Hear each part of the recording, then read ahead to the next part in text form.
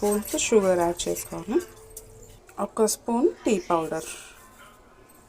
ఇప్పుడు ఒక 3 ఇలాచీలు తీసుకొని ఫ్రెండ్స్ దీన్ని దంచుకోవాలి. మరి సన్నగా ఏమీ అవసరం లేదు ఫ్రెండ్స్, ఇందులో నుంచి గింజలు బయటకు వచ్చే స్టేజ్లో అయితే చాలు. ఇప్పుడు ఇవన్నీ ఇలాచీ తీసుకొని మనం చాయ్లో వేసుకోవాలి.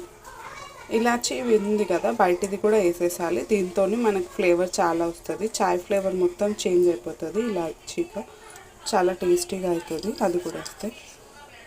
చూడండి ఫ్రెండ్స్, సిమ్లో పెడితే కొంచెం కొంచెం మసులుతుంది టీ. 1 స్పూన్ తీసుకొని ఇట్లా కలుపుకోవాలి. కలుపుకోవడం వల్ల మనకి చాయ్ పొంగకుండా ఇందులోనే మంచిగా బాయిల్ అవుతుంది. చూడండి ఫ్రెండ్స్, చాయ్ మసులుతుంటేనే ఆ ఇలాచీ ఫ్లేవర్ అంతా కలిసి స్మెల్ చాలా బాగా వస్తుంది.